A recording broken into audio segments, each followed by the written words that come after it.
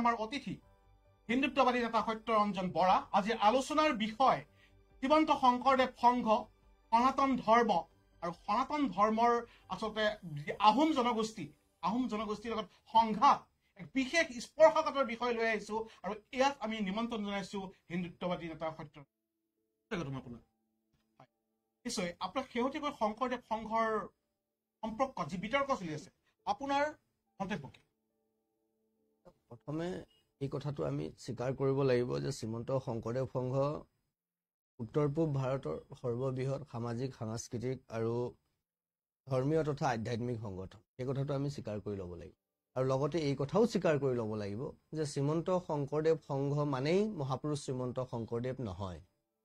বিভিন্ন সময়ত এনেকুৱা এক ধাৰণা দিবলৈ চেষ্টা কৰা হৈছে যে যিসকলে শ্ৰীমন্ত শংকৰদেৱ সংঘৰ সংগী বা শ্ৰীমন্ত শংকৰদেৱ সংঘৰ লগত জড়িত তেওঁলোকেহে শংকৰদেৱ গুৰুজনাক জানে, বুজে বা তেওঁলোকৰহে অধিকাৰ আছে শংকৰদেৱ গুৰুজনাৰ ওপৰত চিন্তা চৰ্চা কৰিবলৈ, তেনেকুৱা এক পৰিৱেশ নিৰ্মাণ কৰিবলৈ চেষ্টা কৰি থকা হয় বিভিন্ন সময়ত। কিন্তু সেই কথাটো সম্পূৰ্ণ ভুল। আৰু যিসকলে ভাবিছে, মই ক'ম তেওঁলোকে আচলতে শংকৰদেৱৰ যি দৰ্শন, যি আদৰ্শ তাৰ পৰা বহু যোজন দূৰৈত তেওঁলোক অৱস্থান কৰিছে। কাৰণ যিকোনো এজন ব্যক্তিয়ে, যিকোনো পন্থ উপপন্থ জাতি জনগোষ্ঠীৰ যিকোনো এজন ব্যক্তিয়ে তেওঁ শংকৰ গুৰুজনাই দি থৈ যোৱা এক শৰণ মাৰ্গত থাকক বা নাথাকক, তেওঁ য'ৰেই নহওক, যিয়ে হওক, শাক্ত, শৈৱ, গাণপত্য, বৈষ্ণৱৰ পৰা আৰম্ভ কৰি বৈষ্ণৱৰ মাজতো থকা বিভিন্ন পন্থ উপপন্থৰ পৰা যিকোনো এজন ব্যক্তিয়ে শংকৰ গুৰুজনাক জানিব পাৰে, বুজিব পাৰে, অধ্যয়ন কৰিব পাৰে, তেওঁৰ ওপৰত চৰ্চা কৰিব পাৰে, তেওঁক লৈ পেলাই সপোন দেখিব পাৰে, তেওঁক লৈ কাম কৰিব পাৰে।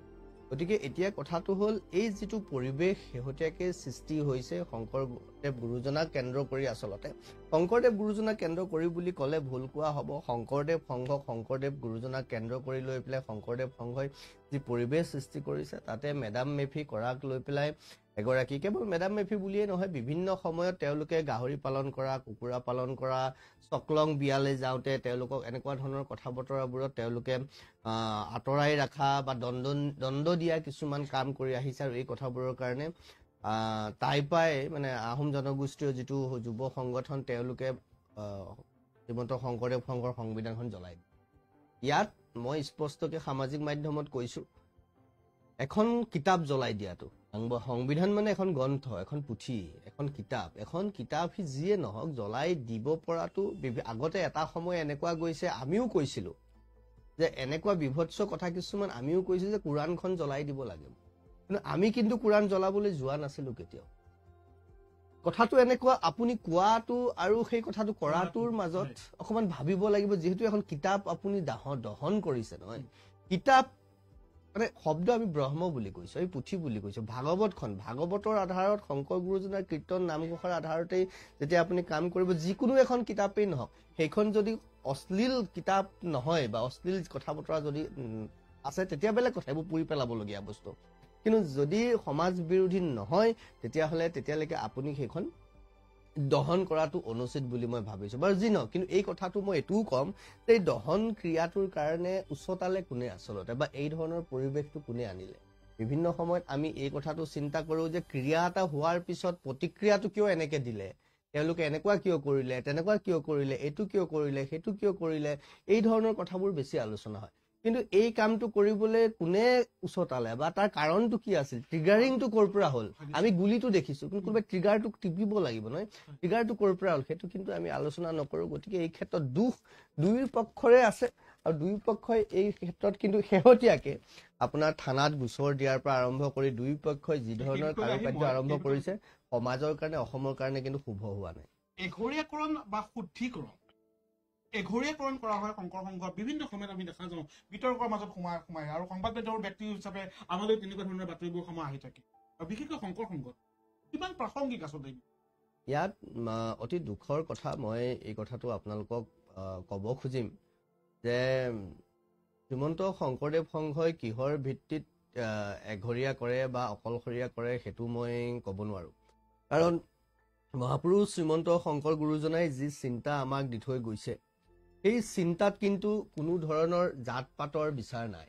সেই চিন্তাত শংকৰ গুৰুজনাই অজামিল উপাখ্যানত খুব সুন্দৰকৈ লিখি থৈ গৈছে, যিসকলে শ্ৰীমন্ত শংকৰদেৱ সংঘৰ সংগী বুলি কয় আৰু তেওঁলোকে কোনোবা সময়ত এনে মোকে বহু সময়ত কয় তইতো ৰঙা ফুট লোৱা, তই গেৰুৱা কাপোৰ পিন্ধা, তই কি শংকৰদেৱক বুজ?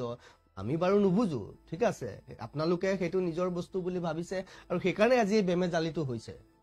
কিন্তু আমি কৈছো যে আপোনালোকতকেও জনা বুজা মানুহ বহু আছে। যদি সেইটোৱে হয়, কেৱল যদি আপোনালোকেই শংকৰ গুৰুজনাক জানিলে বুজিলেহেঁতেন, তেতিয়াহ'লে মহাপুৰুষ শংকৰ গুৰুজনাই অজামিল উপাখ্যানত যেতিয়া কৈছে নাহি কাল দেশ নিয়ম ইহাত অশৌচতো নাহি দুখ শয়নে ভোজনে সদা হৰি বোলা এৰিয়া আন আক্ৰোশ। মহাপুৰুষ শংকৰ গুৰুজনাই কীৰ্তন ঘোষা অজামিল উপাখ্যানৰ পদসংখ্যা 203 লিখি থৈ গৈছে যে নাহি কাল দেশ, কোনো সময় কাল বুলি নিৰ্দিষ্ট কোনো কথা নাই, ইয়াত কোনো নিয়ম নাই, কোনো নিয়মেই নাই হৰিনাম ল'বলৈ। অশৌচতো নাহি দুখ, শৌচ অশৌচ বুলি কোনো কথা নাই, শুদ্ধি অশুদ্ধি বুলি কোনো কথা নাই। শয়নে ভোজনে খাওঁতে শুওঁতে সদা হৰি বোলা এৰিয়া আন আক্ৰোশ। যত যিমান আক্ৰোশ আছে, মনত আছে, হিংসা আছে, বিদ্বেষ আছে, সকলো ত্যাগ কৰি য'তে যেনেকে আছা, খাওঁতে শুওঁতে উঠোতে বহোতে সকলো সময়তে তুমি হৰিনাম ল'ব পাৰা। তেতিয়াহ'লে ইয়াত আকৌ পৃথককে সংবিধান বনাই শুদ্ধি কৰাৰ এই ধৃষ্টতা কোনে কৰিছে? শংকৰ গুৰুজনাই চাওক, শুদ্ধি কৰা এটা বেলেগ বিষয়। আমি মন্দিৰলৈ গ'লে, নামঘৰলৈ গ'লে গা পা ধুই যাওঁ, নতুন সাজপাৰ পিন্ধি যাওঁ, লেতেৰা কাপোৰ আমি পিন্ধি নাযাওঁ, এইটো আমাৰ পবিত্ৰতাৰ কথা, সেইটো প্ৰত্যেকৰে নিজা নিজা কথা। কিন্তু ঈশ্বৰ সাধনা কৰিবলৈ, ঈশ্বৰ চিন্তা কৰিবলৈ, ভকতি কৰিবলৈ আপোনাক এইবোৰ কোনো বস্তুৰে প্ৰয়োজন নাই। যিবোৰ কথা নিয়ম বনোৱা হৈছে, শংকৰদেৱতকেও শংকৰদেৱ সংঘই যদি নিয়ম বনাইছে, তেওঁলোকৰ সংগঠন নহয়, শংকৰদেৱ সংঘ এটা সংগঠন চলিবলৈ নিয়ম লাগিব, প্ৰশাসনীয় দিশবোৰ চলাবলৈ নিয়ম লাগিব, তাত সংবিধান লাগিব, তাত দ্বিমত নাই। সংবিধান নিশ্চিতভাৱে তেওঁলোকৰ থকাটো উচিত। কিন্তু এই যে দণ্ড দিয়াটো, যে শুদ্ধি কৰিবলৈ, যে সংস্কাৰিত কৰাৰ নিয়মো থাকিব, সেই নিয়ম শংকৰ গুৰুজনাই কীৰ্তন ঘোষাত, মাধৱ পুৰুষে নাম ঘোষাত দি গৈছে।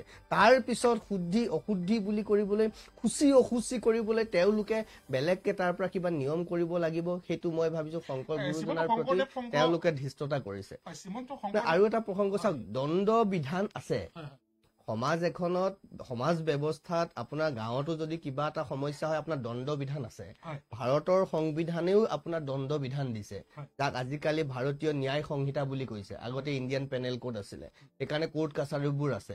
কিন্তু দণ্ড বিধান কেতিয়া দিব? সমাজখন যাতে বিশৃংখলিত নহয়, সমাজখন যাতে অপৰাধে নষ্ট কৰিব নোৱাৰে, সেইবোৰ নহবৰ কাৰণেহে, সমাজখন শৃংখলাবদ্ধভাৱে আগুৱাই নিব কাৰণেহে, সমাজত শান্তি বৰ্তাই ৰাখিব কাৰণেহে দণ্ডবিধি। যদি আপুনি কাৰোবাক ধৰ্ষণ কৰিছে, যদি আপোনাক কাৰোবাক মাৰপিট কৰিছে, যদি কাৰোবাক হত্যা কৰিছে, যদি কিবা কৰিছে, তাৰ কাৰণে দণ্ডবিধি থাকিব পাৰে। এতিয়া সমাজত শ্ৰীমন্ত শংকৰদেৱ সংঘই যি দণ্ড বিভিন্ন সময়ত দেখিছো, আমাকো বিভিন্নজনে ফোন কৰি বাৰ্তা দি কৈছে, আমাকো বিভিন্নজনে আমাৰ মন্তব্যত কৰিছে যে আমি দণ্ড দিয়াৰ বিধান আছে। দণ্ড দিবলৈ তোমালোক কোন? ভাৰত এখন ধৰ্ম নিৰপেক্ষ ৰাষ্ট্ৰ। প্ৰথম কথা, তেওঁ যি মন যায় তাকে কৰিব, আমি কাকো বাধ্য কৰিব নোৱাৰো। সংগঠন চলাবলৈ সংবিধান তোমালোকে ৰাখিব পৰা, ধৰ্ম কৰিবলৈ তোমালোকে সংবিধান বনাব নোৱাৰা ভাৰতৰ দৰে। যদি বনাইছা তেতিয়াহ'লে এয়া ইছলামিক চিন্তা হৈছে, কাৰণ মুছলমানেহে কয় এইটোৱে কৰিব লাগিব, তাৰ বাহিৰে লৰক ফৰক হ'ব নোৱাৰা। যদি লৰক ফৰক হৈছা তেতিয়াহ'লে তোমাৰো মুছলমানৰ ভিতৰত নাই, তোমালোকে কোৰাণৰ সীমাৰ বাহিৰত পাৰ হৈ গৈছা বুলি কয়। আৰু ইছলামৰ কথা যেতিয়া আপুনি ক'লে, আচলতে শ্ৰীমন্ত শংকৰদেৱ সংঘ আচলতে ইছলাম শক্তিৰ দ্বাৰা পৰিচালিত হৈছে নেকি? আৰু লগতে আপোনাৰ যিবোৰ জনগোষ্ঠীয় মানুহৰ বিৰোধিতা নেকি শংকৰদেৱ সংঘ? কি কয় আপুনি? চাওক, এতিয়া শেহতীয়া যিবোৰ কৰ্মকাণ্ড আমি দেখিছো, মহাপুৰুষ শংকৰ গুৰুজনাক এটা কথা মই এইখিনিতে কৈ থওঁ, এই বিতৰ্কৰ মাজত মই অৱশ্যে ভাল পাইছো, সকলোকে মই ধন্যবাদ জ্ঞাপন কৰিছো। আহোম জনগোষ্ঠী হওক বা অন্যান্য যিসকলে এই বিষয়টোত মাত মাতিছে, তেওঁলোকে এটা কথা স্পষ্টকৈ বুজি পাইছে যে আজি যি পৰিৱেশ সৃষ্টি হৈছে, শ্ৰীমন্ত শংকৰদেৱ সংঘৰ সংবিধানৰ দোহাই দি যিবোৰ কৰ্ম কৰা হৈছে, সেইবোৰ মহাপুৰুষ শ্ৰীমন্ত শংকৰ গুৰুজনাৰ চিন্তা দৰ্শন নহয়, এয়া শংকৰদেৱৰ চিন্তা দৰ্শনৰ পৰিপন্থী। এই কথা আজিৰ সময়ত সকলোৱে বুজি পাইছে। তাৰ পিছতো যিসকল লোকে কেৱল শংকৰ গুৰুজনাৰ আদৰ্শৰ কথা কৈ, শংকৰ গুৰুজনাৰ আদৰ্শৰ কথা কৈ তেওঁলোকে নিজক ডিফেণ্ড দিব খুজিছে, আজি ক'ৰবাত দেখিছো একাংশ ইছলামিক মৌলবাদী চিন্তাৰ দ্বাৰাও যিমানে বেয়া কাম নকৰক, তেওঁলোকে কিন্তু সদায় নিজকে ডিফেণ্ড দিবলৈ চেষ্টা কৰে। তেওঁলোকে কেতিয়াও সঁচাটো গ্ৰহণ কৰি ল'ব নোৱাৰে।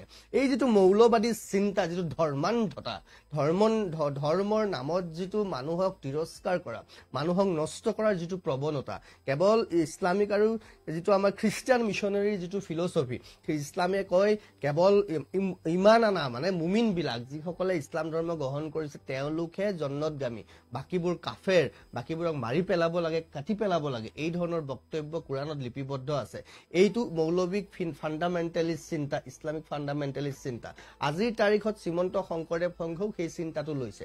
এতিয়া মই যদি আপোনাক প্ৰশ্ন কৰোঁ, মেডাম মেফি কৰাৰ কাৰণে, চকলং বিয়াত কোনোবাই অংশগ্ৰহণ কৰাৰ কাৰণে, গাহৰি ছাগলী কুকুৰা পোহাৰ কাৰণে যদি আপুনি কাৰোবাক এঘৰীয়া কৰিছে বা তেওঁ শুদ্ধি কৰিছে, তেতিয়াহ'লে বদৰুদ্দিন আজমলে গৌ মাংস খাই গৌ মাংস ভক্ষণ কৰা, গৌ হত্যা কৰি গৌ মাংস ভক্ষণ কৰা বদৰুদ্দিন আজমল কিহৰ ভিত্তিত ইমান পবিত্ৰ হ'লনে? তেওঁ গৈ আপোনালোকৰ সভাত বহি আশীৰ্বাদ দিব পৰা হৈ গ'ল, আপোনালোকৰ ভকতে তেওঁক ভৰিত ধৰি সেৱা কৰিব পৰা হৈ গ'ল, তেতিয়া শুদ্ধি অশুদ্ধিৰ কথা কিয় নাহিল? 1 নম্বৰ কথা। 2 নম্বৰ কথা হ'ল, শংকৰ গুৰুজনাই আকৌ গৌ হত্যা মহাপাপ বুলি অজামিল উপাখ্যানত স্পষ্ট লিখি থৈ গৈছে।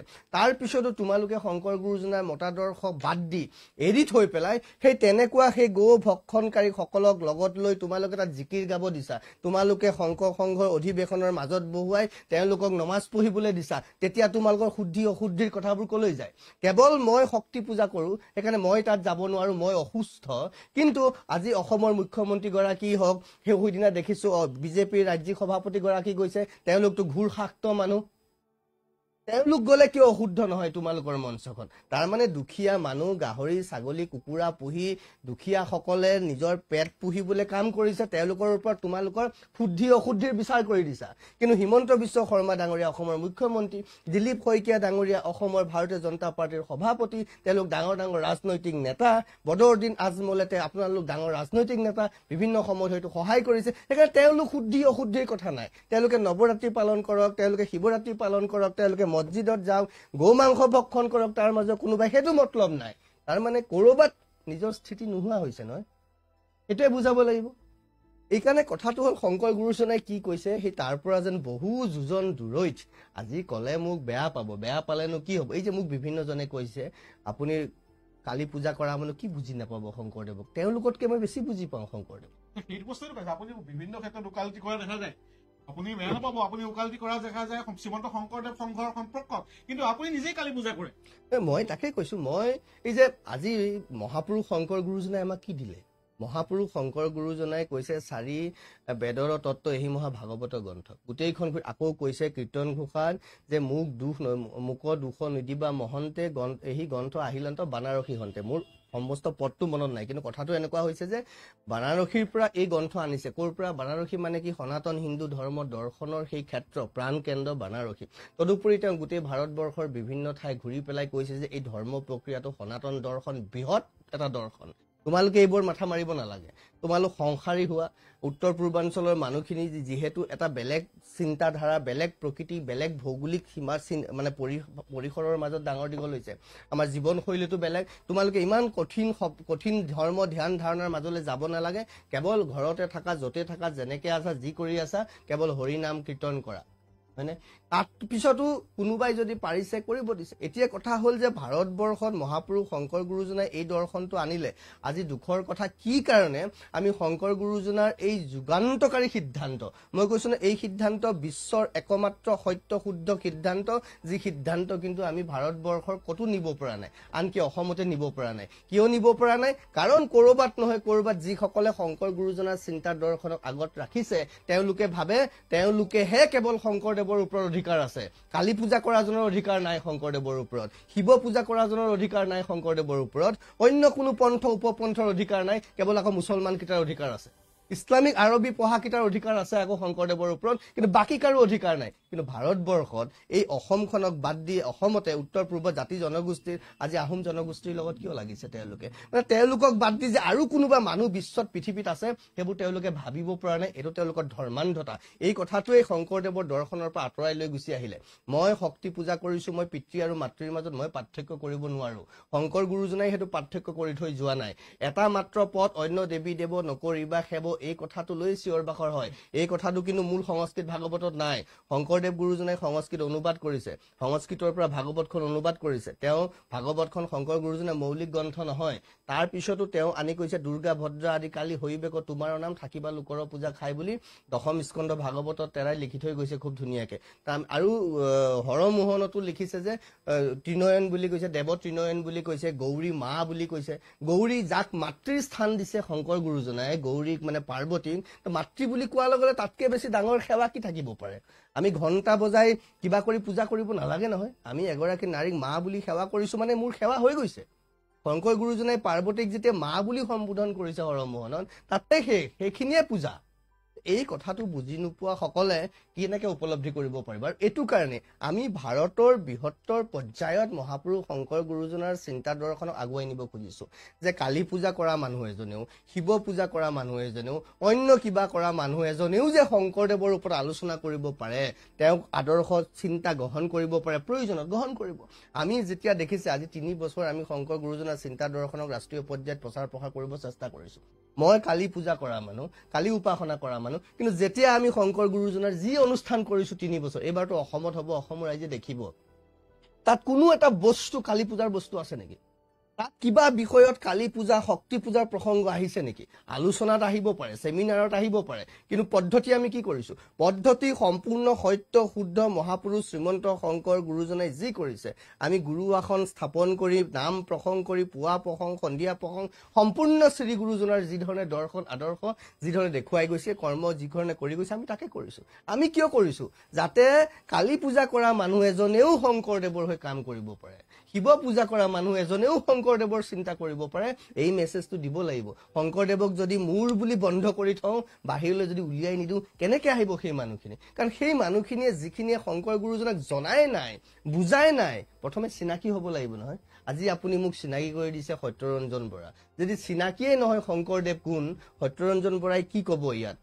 সত্যৰঞ্জন আপুনি প্ৰশ্ন কি কৰিব? যেতিয়ালৈকে শংকৰদেৱক চিনিয়ে নাপাব, তেতিয়া শংকৰদেৱৰ বিষয়ে অধ্যয়ন কেনেকে কৰিব?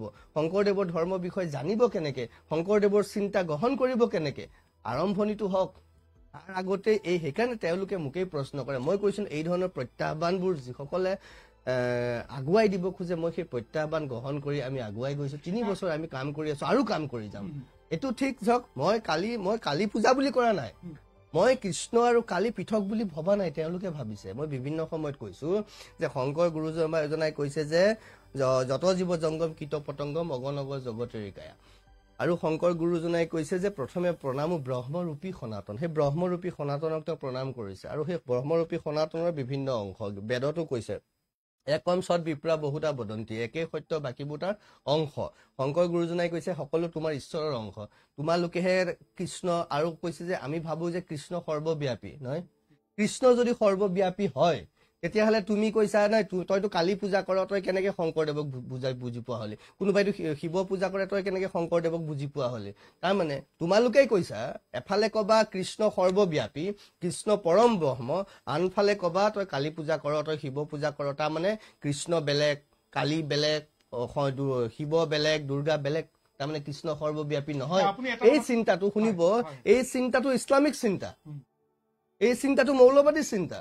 মই কৈছো যে তুমিহে মই কালী পূজা কৰা দেখিছা, মইতো কৃষ্ণকে সেৱা কৰি আছো, মই মাতৃ স্বৰূপত কৰিছো, মই শক্তিৰ স্বৰূপত কৰিছো। তুমি তোমাৰ দৃষ্টিৰে কালী বুলি ভাবিছা ভাই, মোৰ দৃষ্টিৰেতো মই কৃষ্ণৰ নাৰীৰ ৰূপ বা প্ৰকৃতিৰ ৰূপ বুলি ভাবিছো।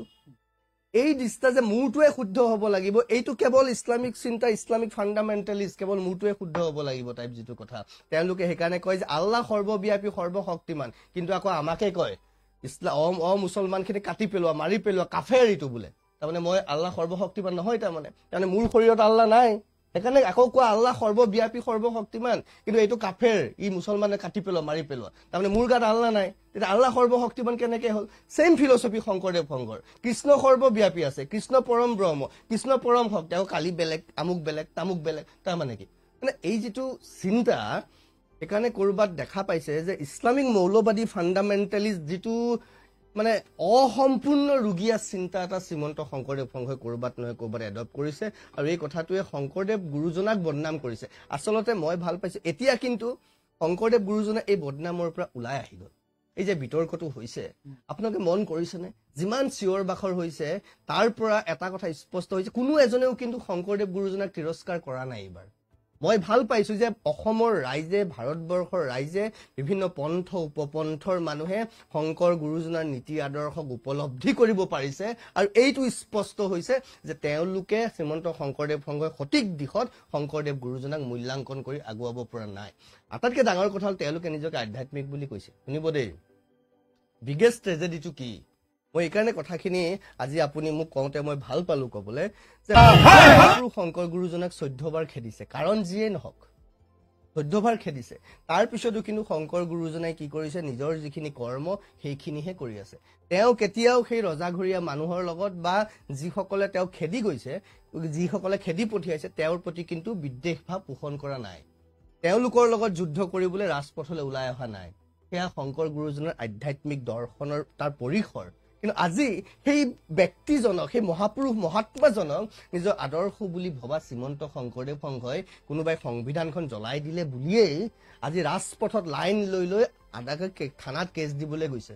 তাৰমানে তোমালোকে যিজন ব্যক্তি, যিজন মহাপুৰুষক, যাক আমি শংকৰ তাকেৰি অংশ, পৰম ব্ৰহ্মৰ অংশ বুলি ভাবিছো, তেখেতে অনুৰোধ জনাম যে সেই ভিজুৱেলখিনি দেখাবলৈ অনুৰোধ জনাম।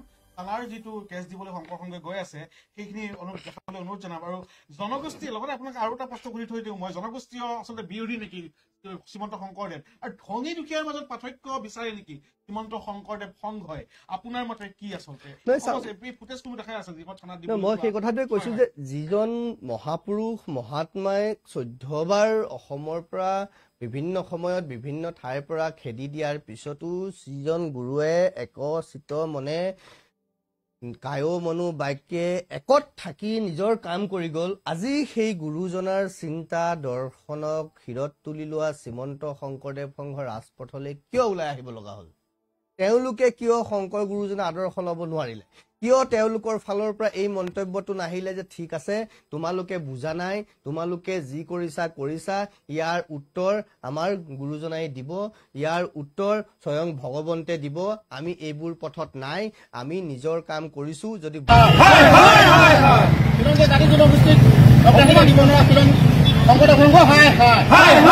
তেওঁলোকে থানাই থানাই থানাই থানাই ৰাজনৈতিক দলৰ নিচিনা এই যেনেকে কিবা এটা হোৱাৰ লগে লগে বিজেপিয়ে থানাই থানাই কেছ দিয়ে, কিবা এটা হোৱাৰ লগে লগে কংগ্ৰেছৰ মানুহে থানাই থানাই কেছ দিয়ে, নাই এইবোৰ যেন কিবা তেনেকুৱা এটা ৰাজনৈতিক সংগঠনৰ যেন আখৰা কৰা হৈছে কৰবাত, নতুবা কোনোবা ৰাজনৈতিক নেতাৰ দ্বাৰা যেন পৰিচালিত হৈছে, যেন নিজৰ মন মগজুবোৰ শংকৰদেৱ চিন্তাক যেন কৰবাত অঁতৰাই পেলোৱা হৈছে। এই ধৰণৰ কাৰবাৰবোৰ দেখি কিন্তু মই নিজে আচৰিত হৈছো, মই নিজে অকমান নিজে লজ্জিত হৈছো যে ক'ত শংকৰদেৱৰ আধ্যাত্মিক চিন্তা দৰ্শন আছে। ইয়াত কেৱল নিজক প্ৰজেক্ট কৰাৰ, নিজক আগুৱাই দিয়াৰ চেষ্টাহে কৰা হৈছে যেন মোৰ তেনেকুৱা লাগিছে। 1 নম্বৰ। আৰু 2 নম্বৰ কথা, জাতি জনগোষ্ঠী বিৰোধী মহাপুৰুষ শংকৰ গুৰুজনা কেতিয়াও নাছিল, আজিও ভৱিষ্যতেও হ'ব নোৱাৰে। সেইকাৰণে আমি শংকৰ গুৰুজনাক জগত গুৰু বুলি কৈছো। কিয়? তেওঁ জগতৰ কথা চিন্তা কৰিছে। 4 মুঠি জীৱ উৰণ বুৰণ গজন ভ্ৰমণ, 4 মুঠি জীৱক একত্ৰিত কৰি সমস্ত জগতৰ কল্যাণৰ কথা চিন্তা কৰা সেই ব্যক্তিজন কেতিয়াও সংকীৰ্ণ হ'ব নোৱাৰে, সেই চিন্তা নায়েই। সেইকাৰণে কৈছে, চাবচোন, স্ত্ৰী শূদ্ৰই কৰে যদি আমাতো ভকতি, তাহাতো কৰিবা ইটো জ্ঞান মহামতি।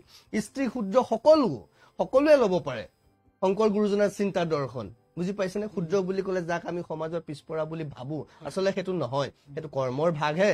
তো সকলো স্ত্ৰীসকল, যিসকলে কাম বাসনাত, যিসকলে বিষয় বাসনাত জড়িত, তেওঁলোকেও পাৰে নহয়। দাতাত চুৰত যেন দৃষ্টি এক তুল বুলি কৈছে নহয়। চণ্ডাল ব্ৰাহ্মণ নিবিচাৰি কুল, দাতাত চুৰত যেন দৃষ্টি এক তুল বুলি কৈছে। তাৰমানে ইয়াত ক'ত জাতিভেদ কথা আছে? কুকুৰ চিগাল গধৰ, তেওঁলোকে আমাতকে বেছি কথা কয় এইবোৰ। তাৰ পিছতো তুমি জন্মগত যিটো কথা, ই যে কৈছে শুদ্ধি কৰা, আৰে যিজন মানুহ বড়ো বংশত জন্ম হৈছে, কাৰ্বি বংশত জন্ম হৈছে, আহোমৰ বংশত জন্ম হৈছে, তেওঁৰ যিটো গৰ্ভত যিটো পৰম্পৰা, যিটো ৰীতি নীতি আজি শ কোটি লাখ লাখ বছৰৰ পৰা কৰি আহিছে, যিটো তেওঁলোকৰ বংশৰ যিটো পৰম্পৰা, যিটো তেওঁলোকৰ যিটো চিনাকি, তাইসকলৰ যিটো চিনাকি, সেই চিনাকিটো কেনেকে বাদ দিব? মাতৃ গৰ্ভত যিটো ধাৰণ কৰি আহিছে, সেই ধাৰণটো, সেই বীজটো, সেই DNA-টো কেনেকে চেঞ্জ কৰিব পাৰে তেওঁলোকে? আৰু সেইটো কৰাটো যদি একেশ্বৰবাদৰ পৰিপন্থী হয়, তেতিয়াহ'লে মই ক'ম তেওঁলোকে একেশ্বৰবাদ বুজিয়ে পোৱা নাই। এক ঈশ্বৰক সন্মান কৰা মানে তুমি সেই ঈশ্বৰৰ বিভিন্ন অংশবোৰকো সন্মান কৰা। অগণ অগ জগতেৰি কায়া বুলি যেতিয়া কৈছে আমি সকলোকে সমান ঈশ্বৰ দেখিব লাগিব, সকলোতে আমি কৃষ্ণ দেখিব লাগিব। মই কালীটো কৃষ্ণ দেখিব লাগিব, শিৱটো কৃষ্ণ দেখিব লাগিব, গণেশতো কৃষ্ণ দেখিব লাগিব, সূৰ্য, চন্দ্ৰ, গৰু, ছাগলী, কুকুৰ, মেকুৰী, গ্ৰহ, নক্ষত্ৰ সকলোতে আমি কৃষ্ণই দেখিব লাগিব। সেয়াহে এক ঈশ্বৰবাদ, সেয়াহে এক ঈশ্বৰ চিন্তা। যদি কেৱল মই কৃষ্ণ বুলি ইয়াকে কৃষ্ণ দেখিছো, আপোনাক মই চণ্ডাল বুলি কৈছো, এই গ্লাছটোত যদি মই শিৱ বুলি ভাবিছো, তেতিয়াহ'লে মই একেশ্বৰবাদত নাই, তেতিয়াহ'লে মই একেশ্বৰবাদত বিশ্বাস কৰিব পৰা নাই। সেইকাৰণে আজি যিখিনি কথা হৈছে, ক'ৰবাত শ্ৰীমন্ত শংকৰদেৱ সংঘই মহাপুৰুষ শংকৰ গুৰুজনাৰ চিন্তা দৰ্শনক ভুল পথেৰে লৈ গৈছে। সেইকাৰণে মই আহ্বান কৰিছো, সংঘাত আৰু কিমান কৰিব। কোনো ৰাজনৈতিক নেতাৰ বহতীয়া হোৱাটো আমি বিচৰা নাই, কেতিয়াও কোনো ধৰণৰ ৰাজনৈতিক বিষয় লৈ নাযাব। আমি শংকৰ গুৰুজনাৰ বহুত আছে, চাওক ধৰ্মটো বাদেই দিয়ক, মই আজি কেইটামান কথা কৈ যাওঁ, কোনে গ্ৰহণ কৰে নকৰে মই নাজানো, তাৰ পিছতো কৈ যাওঁ যে আজি আমি অপেন স্কুলিং চিষ্টেমৰ কথা কৈছো। এইবোৰ আমাৰ সূত্ৰধাৰ কুটুম্ব সুৰক্ষা পৰিষদৰ যিটো আমাৰ ৰাষ্ট্ৰীয় অনুষ্ঠান, আমি যি অনুষ্ঠান কৰি আছো ৰাষ্ট্ৰীয় পৰ্যায়ত শংকৰ গুৰুজনাৰ চিন্তা দৰ্শনক প্ৰচাৰ প্ৰসাৰ কৰিবলৈ, তাত আমি এইবোৰ আলোচনা কৰিছো যে আজি যিটো অপেন স্কুলিং চিষ্টেম মহাপুৰুষ শংকৰ গুৰুজনে নামঘৰ সত্ৰ পাতি আজিৰ পৰা 500 বছৰ আগতেই সেই ব্যৱস্থা আমাক দি থৈ গ'ল, যিকোনো সময়ত যিকোনো মানুহে জ্ঞান আহৰণ কৰিব পৰাটো। মহাপুৰুষ Srimanta Sankardev is the pioneer to open schooling system also. আজি বহুতে মাইক্ৰ' ফাইনেন্সৰ কথা কয়, কোঅপাৰেটিভ মুভমেণ্টৰ কথা কয়। যেতিয়া বৃন্দাবনী বস্ত্ৰ বনাইছিল 700 গৰাকী শিপিনীক একত্ৰিত কৰি তেওঁ বৃন্দাবনী বস্ত্ৰ বনাইছিলে। তাৰমানে that is the first movement of cooperative movement. তো মই ক'ম যে মহাপুৰুষ Srimanta Sankardev is the pioneer to cooperative movement also. মহাপুৰুষ শংকৰ গুৰুজনাই যেতিয়া সাঁচি পাতত লিখিছে, বিভিন্ন ধৰণৰ ৰং বিৰং আনি শিলিখা কিবা কিবি আনি তেওঁ ৰং প্ৰস্তুত কৰিছে, সেইবোৰ নষ্ট নহ'বলৈ মাইল্ড যিবোৰ পয়জন আমাৰ বনৌষধি প্ৰয়োগ কৰিছে যাতে সাঁচি পাতবোৰ নষ্ট হৈ নাযায়। হি ইজ দ্য ইন'ভেটৰ, তেওঁ আৱিষ্কাৰক, তেওঁ বিজ্ঞানী। এই সমস্তখিনি চিন্তা শংকৰদেৱৰ ভিতৰত আছে যে ছাষ্টেইনেবল ডেভেলপমেণ্টৰ কথা আজি আলোচনা কৰা হৈছে, আজি ৰিচাইকেল ৰিইউজৰ কথা আলোচনা কৰা হৈছে, যে মহাপুৰুষ শ্ৰীমন্ত শংকৰদেৱে যে pioneer to concept of sustainable development, এইবোৰ কথা কোনে আলোচনা কৰিব, ক'ত আলোচনা কৰিব, কোনে কৰিব? আমি কৈছো তই মাংস খা, তই এইটো খা, তই সেইটো খা, তই এইটো কৰিছ, তই কৰিব নোৱাৰিবি। আৰে শংকৰদেৱ ক'ত থাকিল ইয়াত? শংকৰদেৱ আলোচনা ক'ত হ'ব লাগিছিল? আমি কিহত আলোচনা কৰি আছো?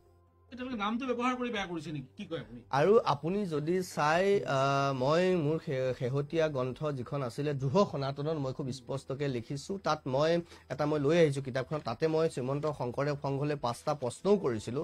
তাত এটা লেখা আছে শ্ৰীমন্ত শংকৰদেৱ সংঘই উত্তৰ দিয়ক বুলি আমি তাত লিখিছিলো।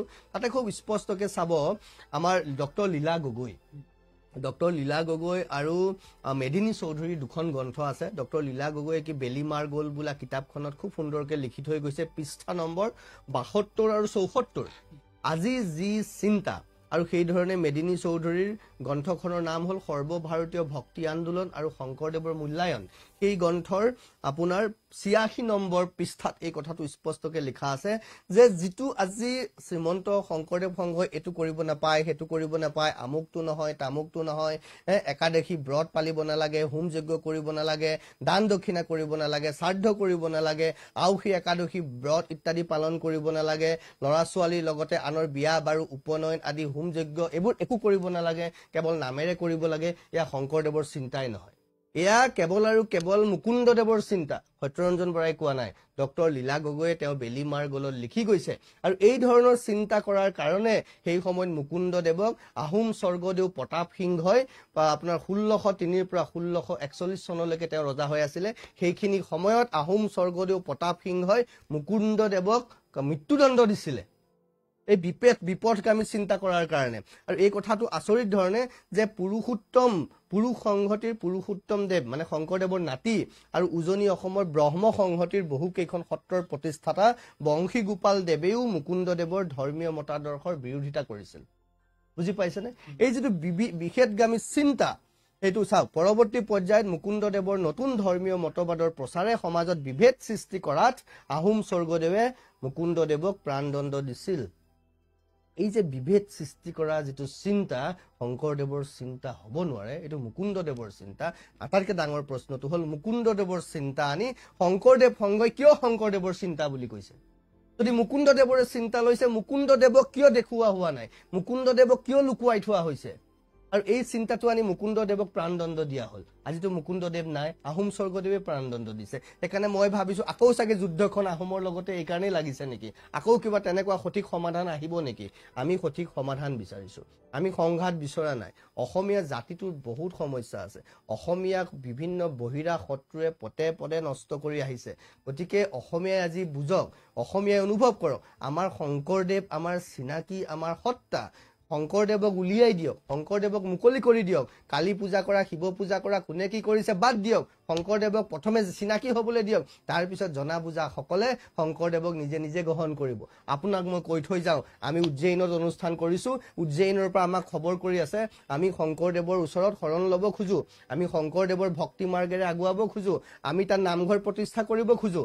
তাততো কোৱা নাই মই শক্তি মাৰ্গত আহিব খোজো। সেই মানুহখিনিয়ে মোক শক্তি মাৰ্গত বিচৰা নাই নহয়, সেই মানুহখিনিয়ে শংকৰদেৱৰ মাৰ্গত আহিছে। কাৰণ আমি কি দেখুৱাইছো, এওঁলোকে মই শক্তি মাৰ্গত থকাৰ কাৰণে সমস্যা হৈছে, এওঁলোকে বুজি পোৱা নাই, মগজুত সিমানখিনি শক্তি নাই যে শক্তি মাৰ্গত থকা সত্যৰঞ্জন বৰাই কিয় শংকৰদেৱ চৰ্চা কৰি আছে, যে সত্যৰঞ্জন বৰাৰ গুৰিটো ক'ত, সত্যৰঞ্জন বৰাৰ বেকগ্ৰাউণ্ড কি। আজি এই বেকগ্ৰাউণ্ডৰ মানুহটো শক্তি পূজা কৰি কি কাৰণে ভাৰতৰ বাহিৰত চিঞৰ বাখৰ কৰি আছে? যদি মই বিচাৰিলোহেঁতেন তেওঁলোকে মোক বেভিচাৰী বুলি ক'ব পাৰে, যে তই কালী পূজা কৰা আৰু শংকৰদেৱৰ কথা কয়। তেওঁলোকৰ বোধগম্যহীনতা, মানসিক বিকলাংগতা, বৌদ্ধিকভাৱে বিকলাংগ তেওঁলোকক মই সিদিনা কৈ আহিছো। প্ৰধান সম্পাদক গৰাকীক শ্ৰীমন্ত শংকৰদেৱক লগ ধৰি উজ্জয়িনত নামঘৰ পাতিব খুজিছে। আপোনালোকে যাওক, উজ্জয়িনত শংকৰ গুৰুজনাৰ ওচৰত শৰণ ল'ব খুজিছে, আপোনালোক যাওক, মই লগাই দিম। কিন্তু এতিয়ালৈকে তেওঁলোকে চিন্তা কৰিব, এইবোৰ এনেই পটককে কৈ দিয়া কথা নহয়। কিন্তু মই এইকাৰণে কৈছো, অসমৰ ৰাইজক জনাইছো যে আমি আচলতে কি কৰিব খুজিছো। শ্ৰীমন্ত শংকৰদেৱ সংঘ বুলি শংকৰ গুৰুজনাক আপোনালোকে নস্যাৎ কৰিছে, নষ্ট নকৰিব। মোৰ বংশ পৰিয়াল, মোৰ ককা শ্ৰীমন্ত শংকৰদেৱ সংঘৰ প্ৰতিষ্ঠাপক সদস্য। গতিকে আজি যিসকলে সামাজিক মাধ্যমত, অন্য যিকোনো মাধ্যমত যিসকলে আজি ডাঙৰ ডাঙৰ কথা কৈ আছে, তেওঁলোক মোৰ লগত যদি 10 মিনিট বহে, মই কৈছো ন, তেওঁলোকে ইয়াৰ পৰা ওলাই দৌৰ মাৰিব লাগিব। শংকৰদেৱ গুৰুজনাৰ দৰ্শন চিন্তাৰ ওপৰত আজি যিসকলে সামাজিক মাধ্যমত বিভিন্ন মহলত আহি আস্ফালন কৰি আছে, তেওঁলোক 10 মিনিট আহি মোৰ সন্মুখত বহক। মই মুকলিকে কৈছো, তেওঁলোকে ইয়াৰ পৰা ওলাই দৌৰ মাৰিব লাগিব। কাৰণ মোৰ ককাৰ তাহানিৰে পৰা শংকৰদেৱ সংঘৰ প্ৰতিষ্ঠাপক সদস্যৰ পৰা আজি মোৰ মা দেউতালৈকে, শ্ৰীমন্ত মোৰ দেউতা জিলা সভাপতি পৰ্যন্ত হৈছে, মূলৰ সদস্য পৰ্যন্ত হৈছিল চাগে। তাৰ পিছতো আজি মই কি কাৰণে শক্তি মাৰ্গত আছো, কি কাৰণে মই কথাটো কৰিছো, ইমানখিনি বুজিবলৈ যদি শক্তি থাকিলেহেঁতেন আজি তেওঁলোকে তিৰস্কাৰ নকৰিলেহেঁতেন, আজি শ্ৰীমন্ত শংকৰদেৱ সংঘৰ এই অৱস্থাটো নহলহেঁতেন। আজি এইটো হৈছে তেওঁলোকে কৰ্মফল ভুগিছে। তেওঁলোকে ভাবিলে আমি চব জানিলো, শংকৰদেৱৰ ওপৰত আমাৰ কপিৰাইট আছে। কোনহে তোমালোক, কিহৰ কপিৰাইট, কিমান জানিলা? একো এইটো নাজানিলা। সেইকাৰণে আজি জাতি জনগোষ্ঠী মানুহবোৰৰ লগত তোমালোকৰ সংঘাত হ'ল। বাকী বিদেশী চিন্তাবোৰ আহি তোমালোকৰ মঞ্চ শুৱনি কৰিব পৰা হ'ল। দুখীয়া মানুহবোৰ, আপুনি প্ৰশ্ন কৰিছিলে, দুখীয়া মানুহবোৰে মুষ্টিদান দিয়ে, কিমান আগ্ৰহেৰে দিয়ে। মোৰ ঘৰত কৈছো নহয়, আমাৰ ঘৰত মায়ে কয় সদায় ভাত বনোৱাৰ আগত মুষ্টিদানটো থয়, যে আমি সংঘৰ নামত থৈছো, আমি কিবা এটা থয়, কোনোবাই চাউল থব পৰা নাই পইচাকে দিছে, কিমান ধৰণেকে সংগঠনটো আগবঢ়াইছে। তাৰপিছত আমি কি দেখিছো, মাজতে প্ৰধান সম্পাদক লৈ সমস্যা, এতিয়াও প্ৰধান সম্পাদকক লৈ সমস্যা, ইজনক বহিষ্কাৰ কৰিছা, সিজনক বহিষ্কাৰ কৰিছা। আৰু তোমালোকক সমাজ গঢ়িবলৈ দিয়া হৈছে, সমাজ নষ্ট কৰিব দিয়া হোৱা নাই নহয়। ৰাইজে মুষ্টিয়ে অকমান যি পাৰিছে তাকে দি পেলাই সংগঠনটো, সমাজখন গঢ়িব খুজিছে, তোমালোকে নষ্ট কৰিব খুজিছা। তোমালোকক লবি কিয় লাগে? এই যে শংকৰদেৱৰ নামটো ব্যৱহাৰ কৰি আছে শংকৰদেৱ সংঘে আচলতে নাই, এতিয়া মইতো এইটো কথা ক'ম যে চাওক, শংকৰদেৱৰ ওপৰত চৰ্চা কৰাটো উচিত, সকলোৱে চৰ্চা কৰক, তেওঁলোকেও শংকৰদেৱ গুৰুজনাৰ চৰ্চা কৰক, আমাৰ ক'বলগীয়া একো নাই। কিন্তু শংকৰদেৱ গুৰুজনাৰ নাম লৈ নষ্ট কৰিব নালাগে। এইটো এনেকুৱা লাগিব যেনেকে আল্লাহৰ নাম লৈ আল্লাহু আকবৰ বুলি কৈ ডিঙি কাটিছে সন্ত্ৰাসবাদীয়ে, ISS কিবা কিবি জিহাদীবোৰে। এই আল্লাহক বদনাম কৰিছে, যেনেকে তেওঁলোকে এই শ্ৰীমন্ত শংকৰদেৱ সংঘয়ো কি কৰিছে, এই শংকৰদেৱক বদনাম কৰিছে। তেনেকে কথাই কথাই আল্লাহু আকবৰ বুলি কৈ ইছলামিক মৌলবাদী, এই ইছলামিক মৌলবাদী ৰুগীয়া লেতেৰা কিছুমান মানসিকতাৰ মানুহে যি ধৰণে সামগ্ৰিকভাৱে ঈশ্বৰৰ অস্তিত্বক প্ৰশ্ন আনিছে, কাৰণ তেওঁলোকে আৰবী পাইছে কাৰণে আল্লাহ বুলি কৈছে। সেই একেই আল্লাহ, একেই ঈশ্বৰ, একেই ভগৱান। তাততো আমাৰ যুদ্ধ নাই। কোনোবাই আল্লাহ বুলি কৈছে, আমি ঈশ্বৰ বুলি কৈছো, মা বুলি কৈছো, কোনোবাই কিবা বুলি কৈছে, গড বুলি কৈছে, সেইটো ঠিকেই আছে, কাৰণ সেইজন একেজনেই। আপুনি আল্লাহ কওক, কিবা কওক, কিন্তু সেই যে ঈশ্বৰ ভগৱানৰ নাম সন্মুখত লৈ যিসকলে বেপাৰ কৰিছে, যিসকলে সন্ত্ৰাস বিয়পাইছে, যিসকলে ভাবিছে আমিয়ে একমাত্ৰ, পৃথিৱীত আৰু কোনো নাই, আৰে মূৰ্খহঁত, তেতিয়াহ'লে বাকীবোৰ কোনে গঢ়িলে মোক কওকচোন বাকীবোৰ কোনে গঢ়িলে এই যেনেকে ইছলামিক চিন্তা কৰে আল্লাহ সৰ্বব্যাপী সৰ্বশক্তিমান তাৰ পিছতো কয় ইহঁত কাফেৰ ইহঁতক মাৰি পেলাই ইহঁতক জীয়াই থকাৰ অধিকাৰ নাই তাৰমানে ইহঁতক কোনে গঢ়িলে তাৰমানে আল্লাহ সৰ্বশক্তিমান একেই ফিলচফি একেই কনচেপ্ট শংকৰদেৱ সংঘৰ হৈছে কৃষ্ণই বুলি কোৱা আকৌ ক'ব কালিও বেলেগ দুৰ্গাও বেলেগ আমুকো বেলেগ তামুকো বেলেগ তই কালি পূজা কৰা কিয় আৰে ভাই তুমিহে দেখিছা তোমাৰ দৃষ্টিত গণ্ডগোল হৈছে তুমি একেশ্বৰবাদী হ'বই পৰা নাই কাৰণ তুমি কালিকো দেখা কৃষ্ণকো বেলেগে দেখা শিৱকো বেলেগে দেখা দুৰ্গাকো বেলেগে দেখা আমুকক বেলেগ তামুকত বেলেগ চক্লং বেলেগ আমুক বেলেগ আমিতো চব একেই দেখিছো আমি চব পৰম ব্ৰহ্ম দেখিছো চব কৃষ্ণ দেখিছো নহয় সমস্যাটো তাত হৈছে তেওঁলোকৰ দৃষ্টিত প্ৰব্লেম হৈছে তেওঁলোকৰ বুদ্ধগম্যতাত প্ৰব্লেম হৈছে এতিয়া মই ক'লে মোক চাগে গালি পাৰা আৰম্ভ হ'বই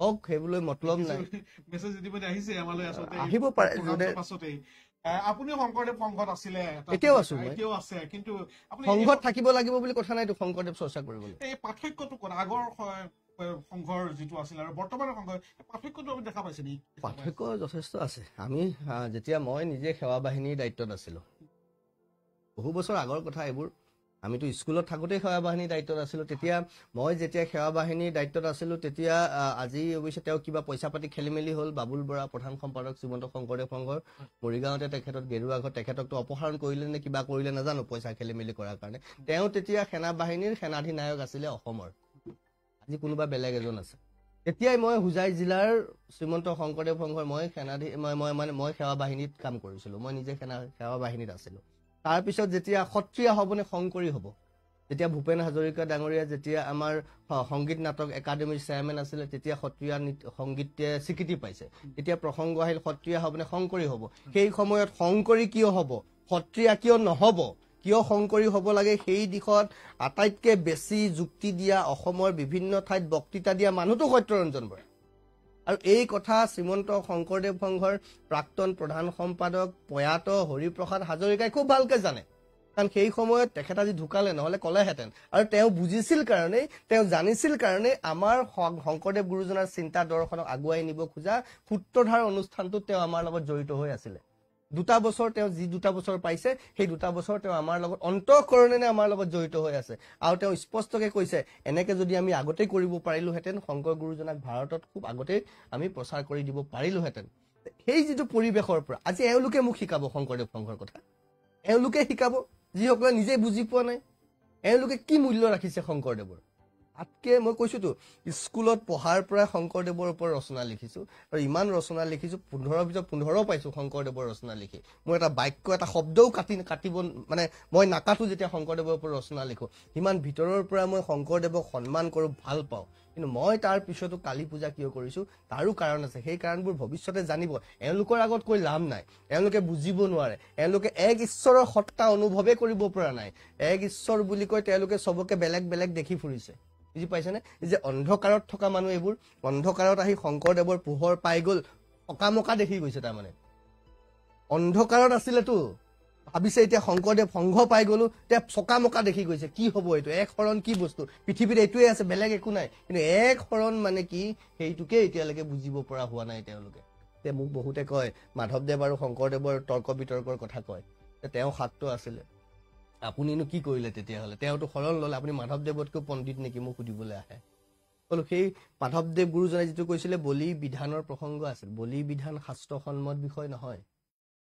বলি বিধান শাস্ত্ৰসন্মত বিষয় নহয় মণিকাঞ্চন সংযোগত যিটো বিতৰ্ক হৈছিলে যিটো তৰ্ক হৈছিলে বলি বিধান লৈ হৈছিলে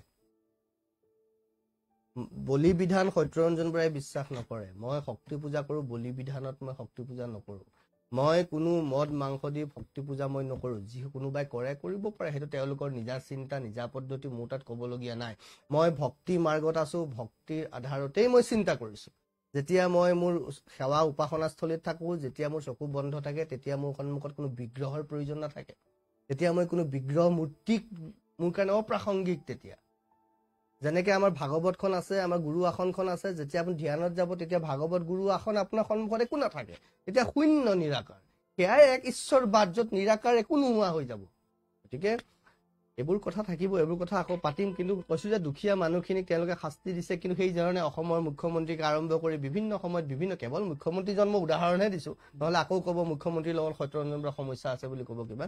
এইটো এটা উদাহৰণ মাত্ৰ, প্ৰতীকী স্বৰূপে মই কথাটো কৈছো যে মুখ্যমন্ত্ৰীগৰাকীৰ লগতে বিভিন্ন ৰাজনৈতিক নেতাক তেওঁলোকে মাতে, বদৰুদ্দিন আজমলকো মাতে। সেইটো স্বয়ং মুখ্যমন্ত্ৰী মহোদয়ে বেয়া পাইছো বুলি কৈ থৈছে সংবাদ মাধ্যমৰ আগত। কিয় মাতিব লগা হ'ল? তেতিয়া সূচী অসুচী কলে গ'ল, তেতিয়া শুদ্ধ অশুদ্ধতাৰ কথা কলে গ'ল। গৌ হত্যা কৰাটো গুৰু মহাপুৰুষ শংকৰ গুৰুজনে অজামিল উপাখ্যানৰ 182 সংখ্যক পদত মহাপাপ বুলি কৈছে। তাৰ পিছত সেই মহাপাপীসকলক, গৌ ভক্ষণকাৰীসকলক নি পেলাই লগত বহাই নাম কীৰ্তন গোৱা তেওঁলোকৰ অশুদ্ধি নহয় তেতিয়া? মোক কওকচোন বুজাই।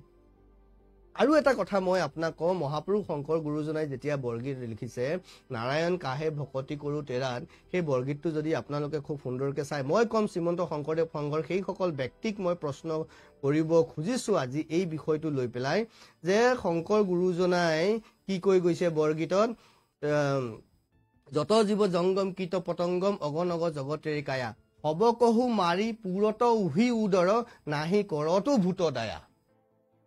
শংকৰদেৱে কি কৈছে? যত জীৱ জংগম কীট পতংগম অগনগ জগতেৰি কায়া, হব কহু মাৰি পুৰত উহি উদৰ নাহি কৰতো ভূত দায়া। মানে এই যিমান সকলোবোৰ মানে মাছ খায়, মাংস খায়, যিয়ে খায়, শংকৰদেৱ সংঘৰ মানুহে নাখায় নেকি? মোৰ ঘৰতে খায়তো। নাই, এতিয়া দেখিছো ক'ৰবাত মদ কিনিব যোৱা, সেইটো বাৰু বেলেগ কথা। কোনোবা ধুতি চুৰিয়া পিন্ধি মদ কিনিব, সেইটো তেওঁলোকৰ সংস্কাৰ, সেইটোত মই ক'বলৈ নাযাওঁ। আৰু তেওঁলোক কিমান তললৈ যাব পাৰে মই নাজানো, তেওঁলোক শংকৰদেৱ সংঘৰ হয় নে নহয়, কিন্তু ধুতি পিন্ধি গামোচা লৈ যেতিয়া মদ কিনিবলৈ গৈছে, এয়া তেওঁলোকৰ ভকতি। নহয়, মই এইটোহে ক'ব খুজিছো যে যত জীৱ জংগম কীট পতংগম অগনগ জগতেৰিকায়া, হব কহু মাৰি পুৰত উহি উদৰ নাহি কৰতো ভূত দায়া। শ্ৰীমন্ত শংকৰদেৱ সংঘৰ মানুহখিনিয়ে মাছ মাংস নাখায় নেকি? হিচাপতো খাব নালাগিছিল। শংকৰদেৱে কি কৈছে? চবতো ঈশ্বৰৰ অংশ। হবক মাৰি তুমি খাইছা, তুমি উদৰ পুৰি খাইছা, পেট ভৰাই খাইছা, তোমাৰ মুখত মনত দয়া মমতাৰ কোনো চিন নাই। বুজি পাইছেনে? তেতিয়াহ'লে তেওঁলোকে শংকৰদেৱক কি মানিছে? তেওঁলোকে কৈছে যে আমি ৰাজহুৱা স্থানত মাংস নাখাওঁ। বুজি পালো, ভাল কৰিছা।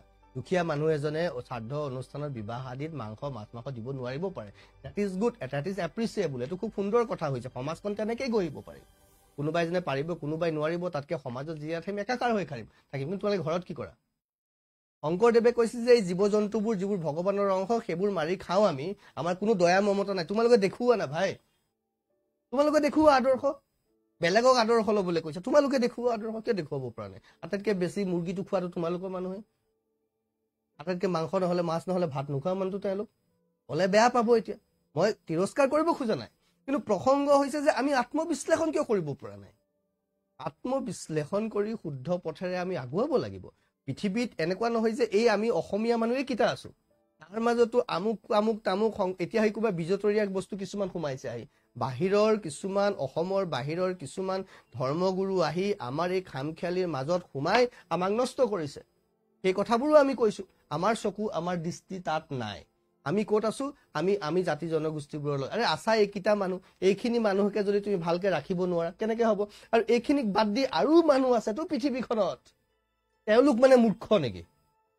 কেৱল তোমালোকে মানুহ, পৃথিৱীৰ চাৰিওফালে যত যিমান মানুহ আছে চব মূৰ্খ, কেৱল তোমালোকে সঠিক। তোমালোকেওতো সঠিকভাৱে শংকৰদেৱৰ আদৰ্শ মানা নাই নে? ক'লে নহয় সেইটো মাৰি আমি খাই আছো, উদৰ পুৰাই খাই আছো বুলি কৈছে। কিয় মানা নাই? তাৰমানে আমি শংকৰদেৱ চৰ্চা কৰিব হলে বাকীবোৰক মূৰ্খ বুলি ভাবিলে নহব। কাৰণ সেই শংকৰ গুৰুজনাই ভাৰতখন বিভিন্ন সময়ত ভ্ৰমণ কৰি তাৰ পৰা সহজ বস্তুটো আনি আমাক দিছে। আমি তেওঁলোকক বুজাব হলে যে কথাই কথাই তিৰস্কাৰ কৰো, পূজা কৰাৰ কাৰণে তিৰস্কাৰ, শিৱক তিৰস্কাৰ, আমুকক তিৰস্কাৰ, তামুকক তিৰস্কাৰ, মানে কি দিব খুজিছা? শংকৰদেৱে কৈছে আনক নিন্দা নকৰিবা। আকৌ কৈছে বিষ্ণু আৰু শিৱক যিজনে ভিন্ন বুদ্ধি কৰে তেওঁ বোলে নামৰ অপৰাধী। এইবোৰতো প্ৰত্যেকে অপৰাধী। এই যে মোক কৈছা তই কালী পূজা কৰ, তই শংকৰদেৱক কেনেকে জানিবি? তাৰমানে তুমি কালী পৃথক কৰি ভাবিলা। যিগৰাকী মাতৃক শংকৰদেৱে গৌৰী মাও বুলি ক'লে, গৌৰী আন এটা ৰূপ কালী, তোমালোকে তাক বেলেগ দৃষ্টিৰে দেখিলা। তাৰমানে তোমালোক নামৰ অপৰাধী। কিহৰ ভকত হলা তোমালোক? ভকতৰ চিন ক'ত আছে? গতিকে চাওক, এতিয়া বিষয়টো হৈছে যে থানাই থানাই গোচৰ দিয়া নাইবা সংবিধান ঘূৰি পেলোৱা, সংবিধান পুৰাৰ কিছু দৃশ্য আছে। থানাই থানাই যি গোচৰ আছে, এইখিনি কথালৈ আহিম আপোনাৰ ওচৰলৈ। এই দুইটা বিষয়ে আপুনি কেনেভাৱে লয়? থানাই থানাই গোচৰ দিয়া নাইবা সংবিধান পুৰি পেলোৱা, এই দুইটা বিষয়ে আপুনি কি? এইটো বৰ দুৰ্ভাগ্যজনক কথা হৈছে গোটেই বিষয়টোত। যে আজি অন্তত আধ্যাত্মিক অনুষ্ঠান, আধ্যাত্মিক ব্যক্তিৰ দৰ্শনটো কি, আধ্যাত্মিক ব্যক্তিৰ আচৰণ ক'ত? মানুহ হিচাপে আপোনাৰ খং উঠিব, মানুহ হিচাপে আপোনাৰ দুখ লাগিব, আপুনি সুখত হাঁহিব, দুখত কান্দিব, মানুহ হিচাপে আপোনাৰ সেইটো চৰিত্ৰ, সেইটো স্বভাৱ। কিন্তু যেতিয়া আপুনি নিজকে আধ্যাত্মিক বুলি কৈছে আৰু আধ্যাত্মিকভাৱে যেতিয়া আপুনি সংগঠিত হৈছে, আধ্যাত্মিকভাৱে সংগঠিত এটা সংগঠনৰ পৰা আমি সেই দৃশ্যটো আমি বিচাৰোঁ। তেওঁলোকে যদি ধুতি পাঞ্জাবী পিন্ধি গামোচা লৈ থানালৈ যোৱাৰ পৰিৱৰ্তে তেওঁলোকে যদি মৌন হৈ থাকিলেহেঁতেন, তেওঁলোকে যদি ক'লেহেঁতেন কোনোবা এঠাইৰ পৰা যে আপোনালোকে যি কৰিছে, আমাৰ সংবিধান আপোনালোকে দাহন কৰিছে, আমি মনো কষ্ট পাইছোঁ, কিন্তু আপোনালোকে যদি সেয়া শুদ্ধ বুলি ভাবিছে আপোনালোকে কৰক, আমাৰ ক'বলগীয়া একো নাই, আমি যি আমাৰ ধৰণে কৰিব লাগে আমাৰ আলোচনা কৰি আমি কৰিম। এইটো মই ক'লো নহয়, কোনোবা ৰাজনৈতিক দলে মানে বিষয় এটা ৰাজনীতিকৰণ কৰিবলৈ এটা প্ৰপগেণ্ডা যেন চলিছে ক'ৰবাত, তোমালোকে শক্তি যে যুদ্ধ হৈছে, কম্পিটিশ্যন যেন হৈছে ক'ৰবাত। আধ্যাত্মিক চিন্তাত কম্পিটিশ্যন থাকে নেকি? আধ্যাত্মিক চিন্তাত মোৰ কিমান মানুহ আছে, মই কিমান থানাত গৈ এজাহাৰ দিব পাৰোঁ, মই শক্তি কিমান, মোৰ বাহুবল কিমান, জনবল কিমান, ধনবল কিমান, আধ্যাত্মিক চিন্তাত এইবোৰ প্ৰদৰ্শনৰ কিবা বজাৰ নেকি? এইখন আধ্যাত্মিক চিন্তাত বজাৰ কৰিছে তাৰমানে। গতিকে এইটো দুই পক্ষৰ কাৰণে খুব হতাশজনক হৈছে, অসমৰ কাৰণে হতাশজনক হৈছে আৰু শংকৰ গুৰুজনাৰ কাৰণে হতাশজনক হৈছে। কিন্তু তাৰ পিছতো মই এটা কথা ক'ম, এই বিতৰ্কত মই এটা ভাল দিশ দেখা পাইছোঁ যে বিতৰ্ক হৈছে হোৱাৰ কাৰণে শংকৰ গুৰুজনাৰ আচল দৰ্শন, আচল চিন্তা, প্ৰকৃত সত্যবোৰ মানুহে উপলব্ধি কৰিব পাৰিছে। নহ'লে ইমান দিন শংকৰ সংঘৰ আচৰণকে শংকৰদেৱৰ আচৰণ বুলি ভাবিছিলে, শংকৰদেৱ সংঘৰ চিন্তাকে একমাত্ৰ শংকৰদেৱ চিন্তা বুলি ভাবিছিলে। কিন্তু এতিয়া এই বিতৰ্কৰ পিছত বা শেহতীয়া কিছুমান কৰ্মকাণ্ডৰ পিছত অন্ততঃ এই কথাটো এষ্টাব্লিছ হৈছে যে শংকৰদেৱৰ চিন্তাৰ পৰা শংকৰদেৱ সংঘ বহুত দূৰত, আৰু শংকৰদেৱৰ চিন্তা সকলোকে এক কৰাৰ চিন্তা, একম সৎ বিপ্ৰা বহুদা বদন্তীৰ চিন্তা।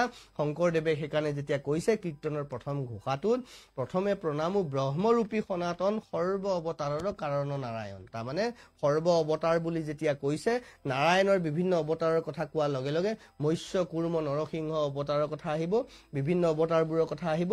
মৎস্য বুলি কোৱাৰ লগে লগে আমি মাছৰ আকৃতিৰ কথা আহিব, কুৰ্ম আকৃতিৰ কথা আহিব, নৰসিংহৰ আকৃতিৰ কথা আহিব।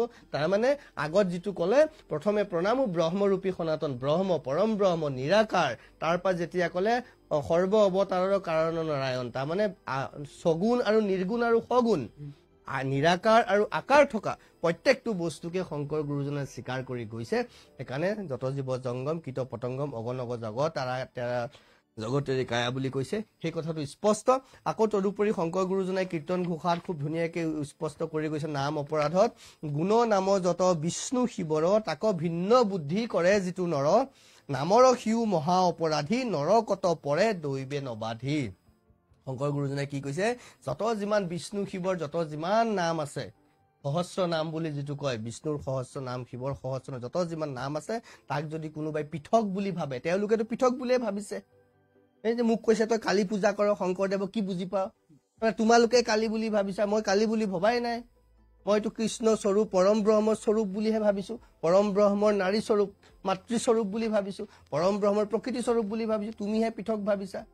তেওঁলোক কি কৈছে, যিসকলে পৃথক বুলি ভাবে, নামৰ সিও মহা অপৰাধী, নৰকত পৰে দৈবে নবাধি। এই যে নৰক যন্ত্ৰণা ভুগিছে এতিয়া, ৰাস্তাই ৰাস্তাই ঘূৰি ফুৰিব লগা হৈছে, থানাই থানাই, নাম অপৰাধৰ পৰিণাম ভুগিছে তেওঁলোকে। এয়া তেওঁলোকে পৰিণাম ভুগিছে শ্ৰীমন্ত শংকৰদেৱ সংঘই।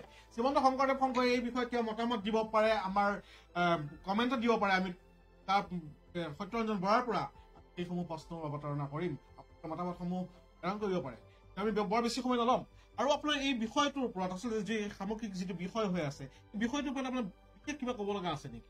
আৰু মোৰ বিশেষ ক'বলগীয়া একো নাই। মই খুব সুন্দৰ এটা বক্তব্য শুনিলোঁ, টাই আহোম ছাত্ৰ সন্থাৰ বোধহয় বসন্ত গগৈ, তেওঁৰ এটা বক্তব্য মই শুনিলোঁ, খুব ভাল লাগিল। তেওঁ কৈছে যে আমি যেতিয়া কিবা এটা খাই থাকোঁতে, ভাতেই হওক যিয়ে কিবা এটা খাই থাকোঁতে কেতিয়া আমি দাঁত কামোৰ খাওঁ, কেতিয়া আমাৰ উৎখনত কামোৰ খাওঁ, কেতিয়াবা জিভাত কামোৰ খাওঁ, এই বুলিতো আমি কাৰোবাক দুখ দিম নেকি, কাৰোবাৰ লগত কাজিয়া কৰিব যাম নেকি? সেইটোতো ময়ে কৰিছোঁ। খুব ভাল লাগিলে মোৰ তেওঁৰ কথাষাৰ। গতিকে সেই উদাহৰণটো টানিয়ে মই কৈছোঁ, ভাত খাওঁতে কামোৰ খাওঁতে বা নখ কাটোতে, কেতিয়াবা নখ কাটিব যাওঁতে কেতিয়াবা মোৰ আঙুলিও কাটা যায়, সেইটোত আপুনি কাক দুখ দিব?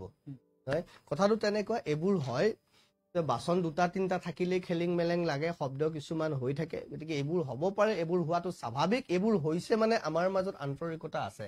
আন্তৰিকতাটো অন্তৰ্দ্বন্দ্বলৈ যাব নালাগে। অন্তৰ্দ্বন্দ্ব থাকিলেও তাৰপিছত গৈ পেলাই সি যুদ্ধৰ যিটো ৰূপ, যুদ্ধং দেহি হ'ব নালাগে। সেই কথাটো সকলোৱে বুজক, সকলোৱে অনুভৱ কৰক। শংকৰদেৱে যি সহনশীলতাৰ পৰিচয় দিলে, শংকৰদেৱ গুৰুজনাই যি চিন্তা দৰ্শনৰ পৰিচয় দিলে, সেই চিন্তা দৰ্শন যদি শ্ৰীমন্ত শংকৰদেৱ সংঘৰ সংগীসকলে মনে প্ৰাণে উপলব্ধি কৰিব পাৰে, তেওঁলোকে অনুভৱ কৰক, তেওঁলোকে সেই আচৰণ কৰক। তেওঁলোকে যুদ্ধ কৰিবলৈ অহাটো, তেওঁলোক ৰাজপথলৈ ওলাই অহাটো কিন্তু শুভ হোৱা নাই। কোনোবাই উচতাব পাৰে, আমাৰ সংবিধান জ্বলাই দিছে, আমি একোৱেই নকৰিম নেকি? শংকৰ গুৰুজনাই ক'ব পাৰিলেহেঁতেন, মোক তহঁতে 14 বাৰ খেদি পঠিয়াইছ, মই তহঁতৰ লগত যুদ্ধ নকৰিম নেকি? কিয় কোৱা নাছিলে? কাৰণ তেওঁ জানিছিল যে মই যি কৰিছো সত্য শুদ্ধভাৱে কৰিছো। তেওঁলোকে বুজা নাই, অনুভৱ কৰা নাই। কেৱল শংকৰদেৱ গুৰুজনাৰ কেনে বুদ্ধদেৱকো খেদিছে ৰজাই বিভিন্ন সময়ত, গৌতম বুদ্ধকো খেদিছে। তেতিয়া গৌতম বুদ্ধক যেতিয়া খেদিছে, গৌতম বুদ্ধৰ ভিক্ষুকসকলে আহি কয়, ভিক্ষুকসকলক গাঁৱত ভিক্ষা নিদিয়ে, ভিক্ষুকসকলক খেদি দিয়ে। তেতিয়া ভিক্ষুকসকলে গৌতম বুদ্ধক আহি কৈছে যে হে প্ৰভু, এতিয়া কি কৰোঁ? আমাকতো কোনেও ভিক্ষাই নিদিয়ে, আমাৰ কথাবোৰ কোনেও বুজিয়ে নাপায়। তেতিয়া গৌতম বুদ্ধই ভিক্ষুকসকলক কৈছে যে শুনা, সত্য কথাটো প্ৰকাশ নিজে নিজে হ'ব। তুমি জোৰ জবৰদস্তি সত্যটো কেতিয়াও কাৰো আগত দেখুৱাই দিব নোৱাৰা। সি নিজে নিজে হয়, যিদিনা হ'ব তেওঁলোকে উপলব্ধি কৰিব। আৰু সেই ধৰণৰ কথাটোকে যদি আমি চাওঁ, চাণক্যকো কিমান অত্যাচাৰ কৰিছে ৰজা ধনানন্দে। চাণক্যক ধৰি বান্ধি মাৰি পিটি বিষ খুৱাই কিমান অত্যাচাৰ কৰিছে। তাৰ পিছতো চাণক্যই নিজে একান্তভাৱে থাকি চন্দ্ৰগুপ্তক প্ৰস্তুত কৰিছে। চাণক্যই নিজে মূৰ্খৰ দৰে আগত যুদ্ধ কৰিবলৈ যোৱা নাই। গতিকে এইবোৰ আমাৰ মহাপুৰুষসকলে দেখুৱাই গৈছে। সেই আদৰ্শৰ দ্বাৰা অনুপ্ৰাণিত মহাপুৰুষ শ্ৰীমন্ত শংকৰদেৱ। আমি সেই মহাপুৰুষজনাক যদি আমি আদৰ্শ বুলি ভাবিছো, তেতিয়াহ'লে আমাৰ আচৰণ কথা বতৰাটো মহাপুৰুষ শ্ৰীমন্ত শংকৰদেৱ গুৰুজনাৰ চিন্তা দৰ্শন লাগিব। তেওঁ কালী পূজা কৰাই হওক, শিৱ পূজা কৰাই হওক, আৰু কিবাই হওক, তেওঁলোকৰো গুৰু শংকৰদেৱ হ'ব পাৰে। কিয়নো যেতিয়ালৈকে নাজানিব সকলো গুৰু। আমাৰ শিক্ষক এজন, পঢ়ুৱা শিক্ষক এজনকো আমি গুৰু বুলি কৈছো। আমি তেওঁক ভাল পাব পাৰোঁ, আমি তেওঁৰ চৰণত সেৱা কৰিব পাৰোঁ, তেওঁ গুণানুকীৰ্তন কৰিব পাৰোঁ। এইটো কিহৰ কথা যে তই কালী পূজা কৰা মানে তই কৰিব নোৱাৰ, তই শিৱ পূজা কৰা তই শংকৰদেৱৰ কথা আলোচনাই কৰিব নোৱাৰ? এইটো ধৰ্মান্ধতা, এইটো মৌলবাদী, ইছলামিক মৌলবাদী ফিলচফি। কিন্তু বাকীবোৰে পাৰে আকৌ। এই জালি টুপি পিন্ধাকেইটাই পাৰে। শংকৰদেৱ সংঘৰ মঞ্চত জালি টুপি লুঙি পিন্ধাকেইটাই জিকিৰ গাই তাত সকলো কৰিব পাৰে। কিন্তু সত্যৰঞ্জন বৰা কালী পূজা কৰে কাৰণে তেওঁলোকৰ মঞ্চত বহিব নোৱাৰে। এইটো হৈছে বিড়ম্বনা। কিন্তু আকৌ ৰাজনৈতিক নেতা হোৱাৰ লগে লগে বলি দি কালী পূজা কৰাজনেও পাৰে। সেইটো তেতিয়া পাৰে, কাৰণ তেওঁলোকক বস্তু দিব, তেতিয়া আৰ্থিকভাৱে অন্য বিভিন্ন সহায় কৰিব। বৰ্ডৰ গৌ হত্যা মহাপাপ বুলি কৈছে, গৌ হত্যা কাটি মালি ৰাইজক বিলোৱা বৰ্ডৰ দিন আজমলো বহিব পাৰে তেওঁলোকৰ তাত। কিন্তু গাহৰি পোহাজন বহিব নোৱাৰে। এইটো বিড়ম্বনা। এইবোৰ তেওঁলোকে ঠিক কৰক, নহলে তেওঁলোক নিজে নষ্ট হ'ব। এই যিটো পৰিৱেশ হৈছে, কৈছো নহয়, অপৰাধত ভুগিছে, নাম অপৰাধ বাৰে বাৰে কৰিছে। আকৌ কম, সকলোকে হাতযোৰ কৰি কৈছো, এবাৰ নাম অপৰাধ পঢ়ক আপোনালোকে। প্ৰাথমিকে নাম অপৰাধ পঢ়ক, গৃহে গৃহে নাম অপৰাধ ভাগ পঢ়ক, তেতিয়া সকলো বুজি পাব। কৃষ্ণ। এয়া আছিলে সত্যৰঞ্জন বৰা। আমি তেওঁৰ লগত আজি বিশেষ এটা বিষয়, এটা স্পৰ্শকাতৰ বিষয় আলোচনা কৰিলো। কি আছে শংকৰদেৱ সংঘ, শ্ৰীমন্ত শংকৰদেৱ সংঘ সনাতনী ধৰ্মৰ ক্ষেত্ৰত, লগতে আহোম যি জনগোষ্ঠী আছে সেই সকলৰ মাজত বিৰোধী নেকি, খানাই খানাই গোচৰ যিবিলাক হৈ আছে বা সংবিধান পুৰি পেলোৱা বিভিন্ন বিষয়ে আলোচনা কৰিলো। পৰৱৰ্তী সময়ত আকৌ লগ পাম। কিবা যদি প্ৰশ্ন আছে মন্তব্য কৰিব পাৰে। মন্তব্যৰ পৰৱৰ্তী